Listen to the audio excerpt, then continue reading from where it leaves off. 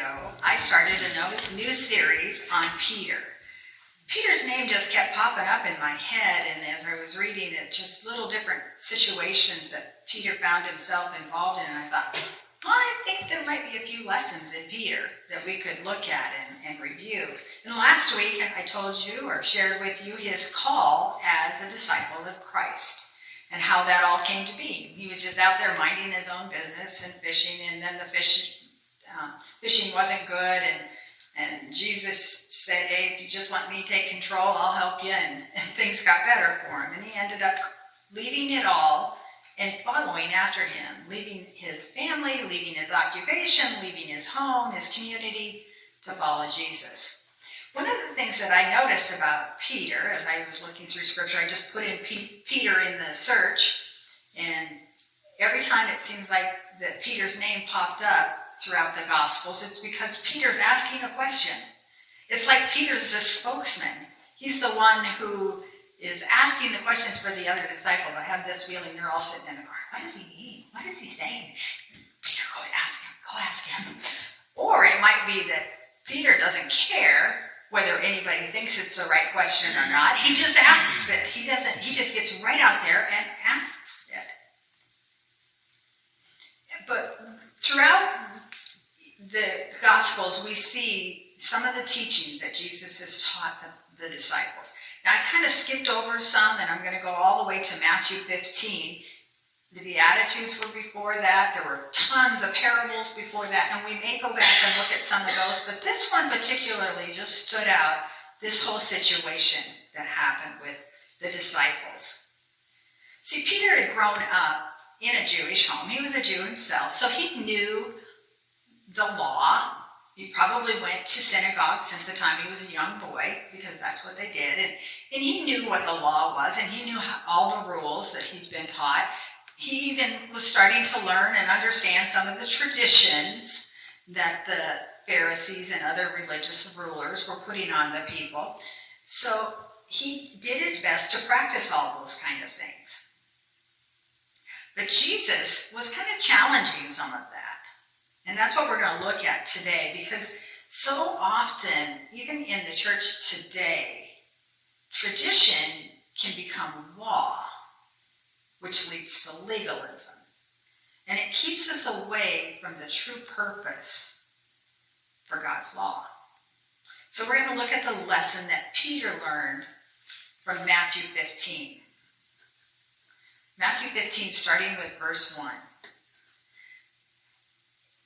You know, I'm not even going to read this whole thing, but I'm going to tell you what happened in this situation. There were a bunch of Pharisees and teachers of the law out there talking and hanging out with the disciples and checking out to see what Jesus had to say. And there must have been a meal going on, because this is what they said to Jesus.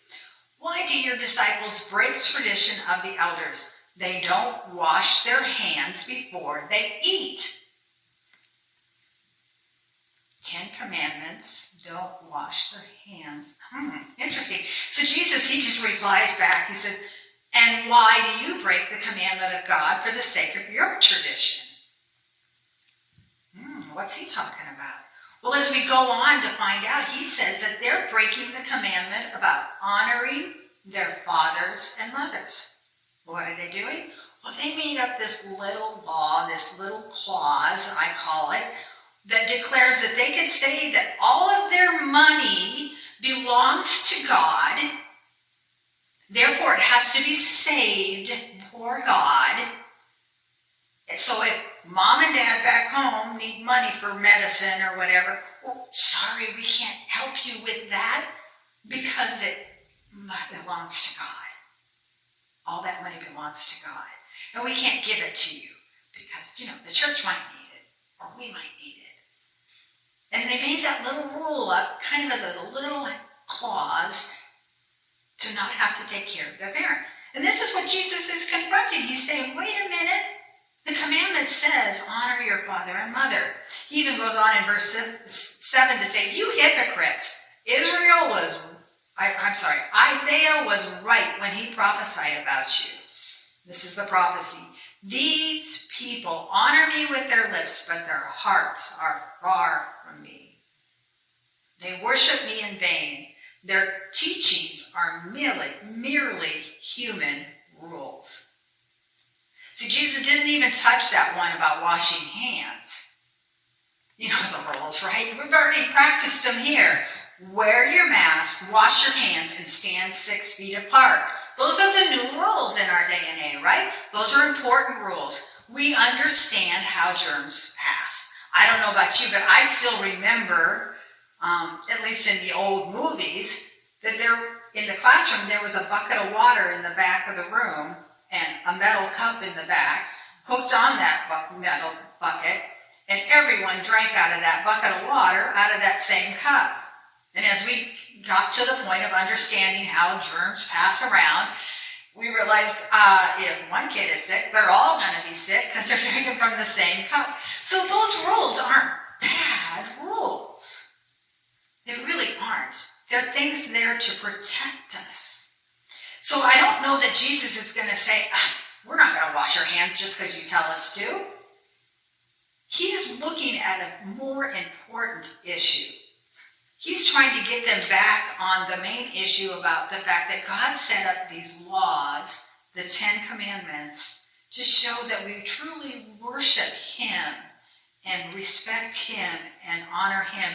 And honoring our parents is a way of showing God how much we love and care for His people. It's our responsibility. So that law that came out of Exodus, he says, is really important too. Don't let your man-made laws become so important that you forget what God has called you to do. He goes on to address it a little more in verse 10. Jesus called the crowd around him and said, listen and understand. What goes into someone's mouth does not defile them, but what comes out of their mouth is what defiles them.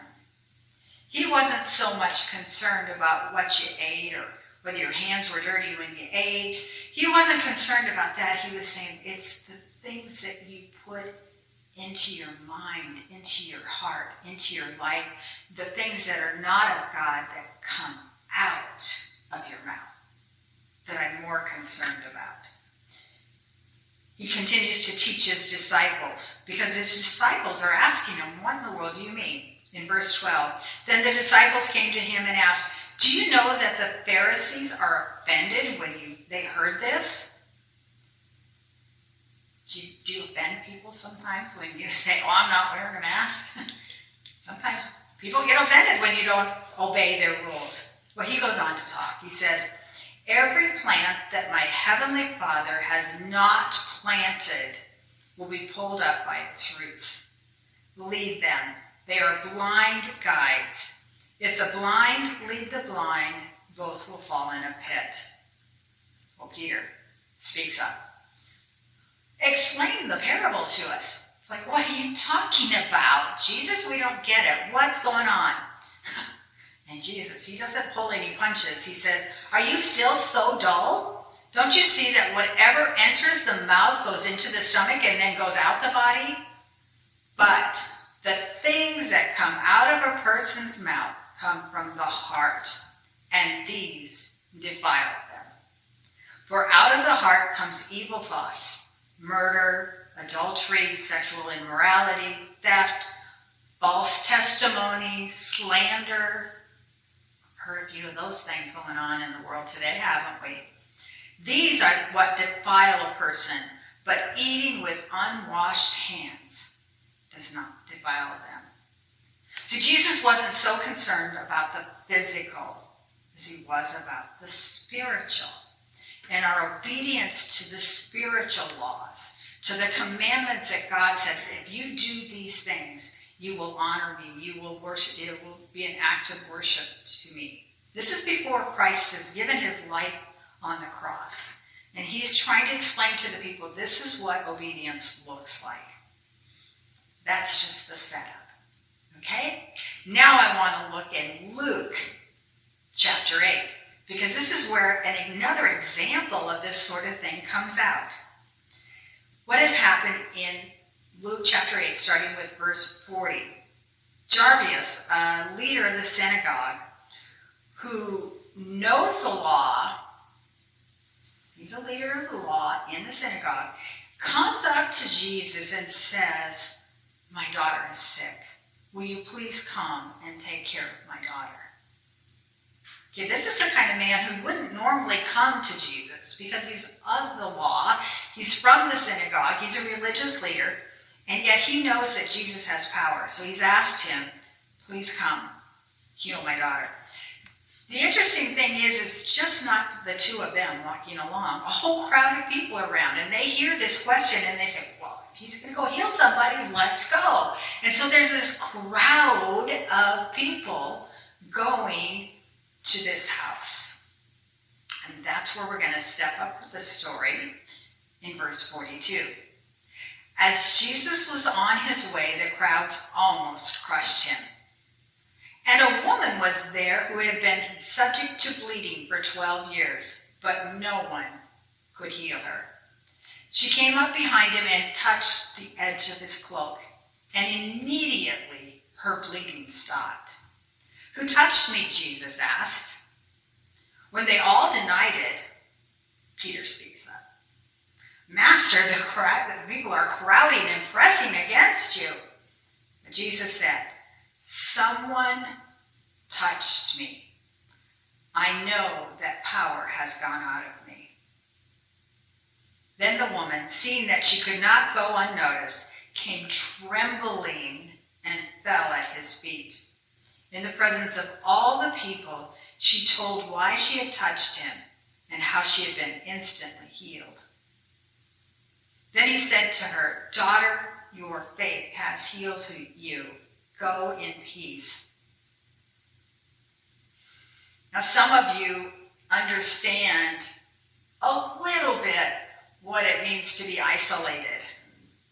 Some of you have purposely, and especially as I speak to those of you who listen, I'm going to address you this morning, those of you who stay at home and don't get out, you stay at home and you're sheltering in place, you're staying away from the COVID-19. But when you know someone in your family has had it, you've been exposed to it, you're told you have to stay home. And so you maybe 10 to 14 days, depending on what they decide is the rule at the time, you stay home. You don't get out. You don't go anywhere because you want to make sure that you're not going to pick up the virus. And then that person who is sick with the virus has to completely isolate themselves. They're unclean, right? They have to stay away in a room all by themselves, stay away from everyone. This has been going on for 12 years for this woman. Because according to the law of Israel, when a woman is on her period, she's supposed to stay away in a little room all by herself. She's not supposed to go out in the market. She's not supposed to hang out with her family. So 4 weeks she gets 3 weeks to be out in the community, and then she has to have a week or half a week staying at home. She can't go anywhere, can't do anything. And this woman has been like that for 12 years every day of the year. She has been told you have to stay away from people. You cannot be out in public. You have to stay away. One of the things that keeps her from is the marketplace. She can't be out and about. She has to depend on people to bring her things. She can't be with her family. She's considered unclean. But the major thing is she can't go to the synagogue. Now we know because of what Mark writes that she did try many doctors to the point that she had spent all of her money and all of her resources, but no one had been able to heal her. And even though she lives in isolation, it seems like there are people who are communicating with her and telling her about Jesus and how Jesus heals people who don't seem to be healable. People who were blind, people who couldn't walk. Jesus could heal that person. And when she hears that message, she just thought, well, I got to get to him. I got to get to him. But he can't know that I'm there, because if he knew that I was there, I'd be in trouble because I'm going against the rules. I'm not following the rules. So she pushes herself into that tight crowd and gets herself up to Jesus, but she doesn't touch him. She just touches his coat. But she didn't realize that there was power in making contact with Jesus. And Jesus felt the power leave him. She didn't go unnoticed. Who are the unseen, or the people who are not allowed in our lives? Who are the people in our community that we say, leave them alone, leave them in their homes, don't have anything to do with them. We can't be seen with them. We certainly don't want them walking into here, or maybe we even chase them away if they show up. She was that kind of woman to that community, and yet Jesus called her out and said, I see you. What really healed that woman? Well, it was God who healed her. But there was something that had to happen first. She had to have faith. God heals in lots of ways. Sometimes he heals through the prayers of other people. Maybe that person themselves don't even have faith, but other people have faith, and they pray, and they believe, and that person is healed.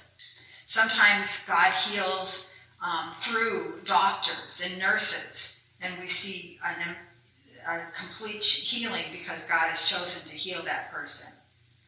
In this case, Jesus actually said to this woman, your faith has healed you. Now, there wasn't anything magical in her faith that healed her. It was what her faith was in. Her faith was in God. Her faith was in the fact that Jesus could actually heal her. She didn't have to do anything but touch him. See, God responds to our touch, whatever our touch is, whether it's prayer or whether it's crying out to him, whether it's getting into our Bibles and really listening and saying, Lord, I want to know you. He responds to us.